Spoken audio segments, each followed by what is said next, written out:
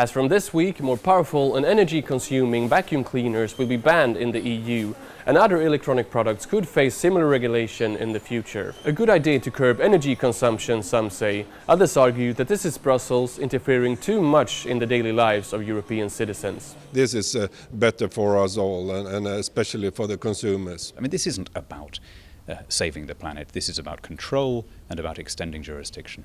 As from 1st of September, the maximum power of a vacuum cleaner made in or imported to the EU will be 1600 watt. In a few years, that maximum level will be decreased to 900 watt. The market average today is around 1800. The main purpose is to make Europeans use less energy, but consumers could also save money. Several consumer organizations have welcomed the new regulation. Similar rules could also be implemented for other electrical products. There is no proposal yet, but the European Commission has asked for a report where they list some 30 appliances, everything from kettles, aquariums and car air condition. The aim is to identify products where big energy savings can be made. Eriksson, member of the Greens in the European Parliament, thinks this is the right way to go. I think so, because we know that there are lots of machines in our households and in the consumers' everyday life that takes a lot of energy. But there are those who don't agree.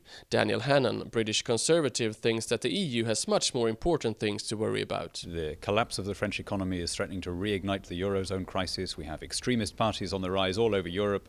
Russia is invading Ukraine, and the EU is banning vacuum cleaners and other appliances. Indeed, more EU-skeptic politicians like Hannan or the United Kingdom Independence Party UKIP use this new rule to show how Brussels get into people's lives and tell them what they can and can't do.